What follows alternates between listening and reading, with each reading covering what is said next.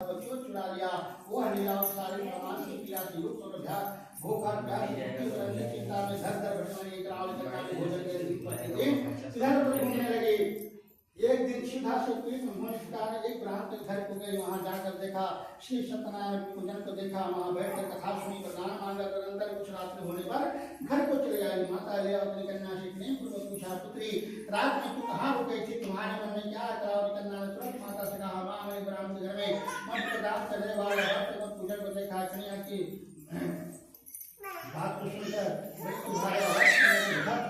और प्रसन्न मन से साधन भगवान के साथ श्री सत्यनारायण व्रत किया। इस प्रकार प्रार्थना किया, आप हमारे पति एवं जमाते अपराधों को क्षमा कर दें।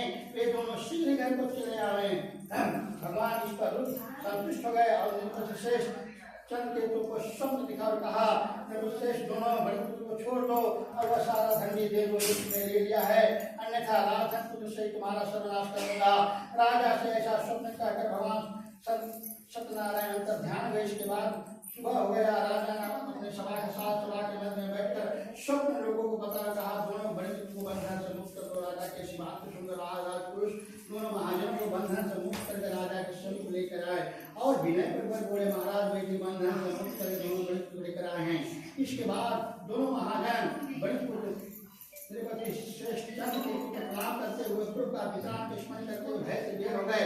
कुछ बोल न सके। राजा ने बड़े पुत्र देकर आदर पूर्वक कहा, आप लोगों को परमवश्य महापुरुष प्राप्त हुई है, इस समय कोई भय नहीं है। ऐसा कहकर उनकी बेटी को दरवाजे छोड़कर करवाया। राजा ने वस्त्र अलंकार दिया और दोनों को गाने द्वारा पहले दे दिया था। उससे दुगना ध्यान दिया। आप अपने घर में जाएं। राजा को प्रणाम करके जा रहे हैं। ऐसा कर उन दोनों महावैश्यों ने अपने घर को प्रदान किया। अध्याय बोले प्रेम श्री सत्यनारायण भगवान की जय।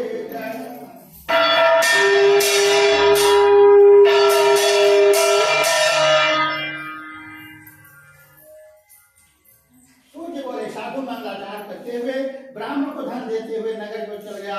साधु के पूछ जाने पर भगवान श्री सत्यनारायण परीक्षा के लिए मन में जिज्ञासा, साधु तुम्हारे नाम क्या भरे हैं?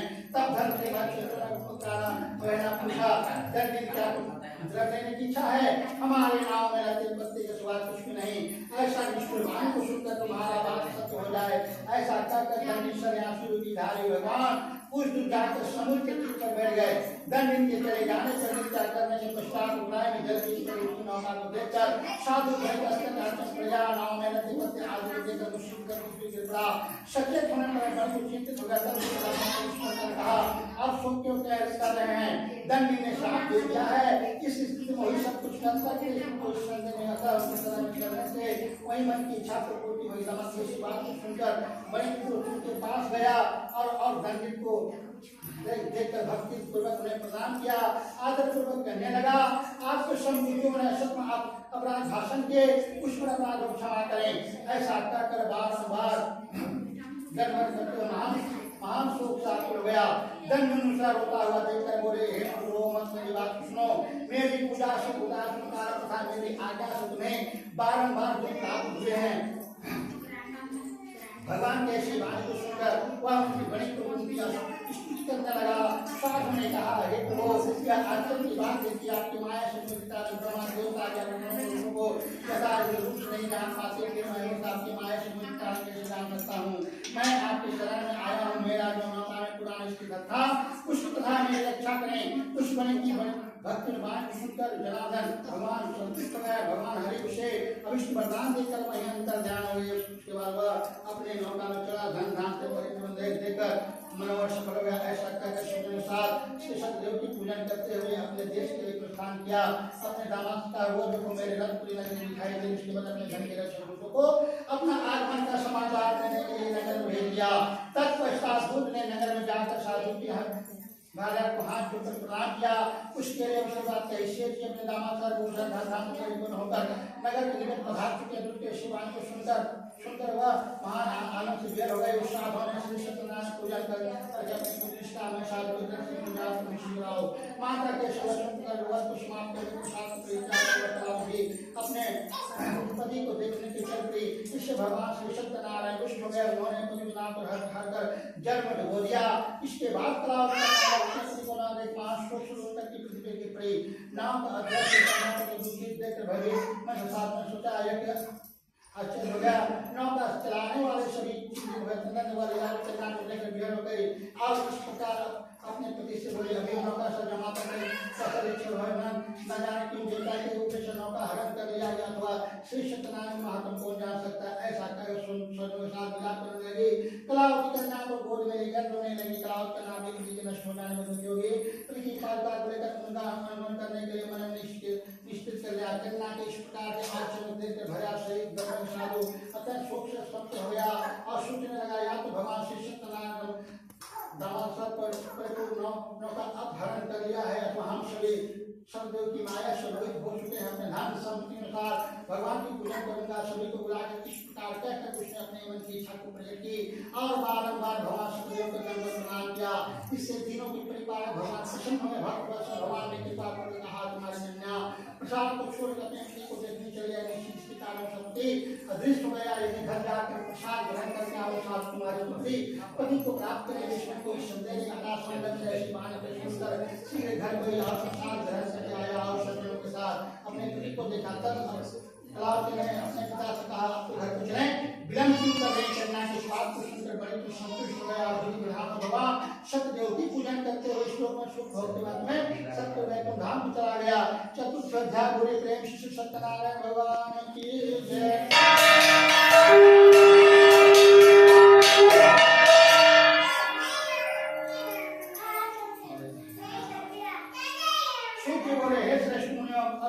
इसके बाद उसकी कथा को आप लोग सुने प्रजा का पालन करने में तुरंत भजनाम की राजा था उसने सब प्रसाद परित्याग करते हुए बहुत दुख पाया एक बार वह वन में जाकर बहुत से पशुओं को मारकर बरगद के नीचे आया उसने देखा कि गोप करोड़ों बंधु मान विधान से भक्ति प्रबल सत्यदेव की पूजन कर रहे राजा यह देख कर भी अहंकार गया प्रसाद की ग्रहण किया इसके बाद पूजन के अंतर्गत सभी को प्रसाद राजा रखकर लौट आए इच्छानुसार सभी प्रसाद ग्रहण किया इधर राजा को प्रसाद के परित्याग करने से बहुत दुख हुआ उसका संपूर्ण धन धान एवं सभी शौक नष्ट हो गए राजा ने मन में निश्चित किया कि वशिष्ठ सत्यदेव ने हमारा नाश कर दिया है इसलिए मुझे वही जान जाए जहाँ सत्यदेव पूजन हो रहा था ऐसा मन में निश्चित करे हुआ राजा गोपगण के समीप गया गोपगण के साथ भक्ति से युद्ध कर विधि विधान सत्यदेव की पूजन की भगवान सत्यदेव के पास अपना धन पूजन संपन्न हो गया इस लोक में सुख भोग में सत्यदेव धाम चला गया सूची कहते हैं जो व्यक्ति परम दुर्लभ है सत्यनारायण भक्त करता है पुण्य तथा फल प्रदान करने वाले भगवान की कथा को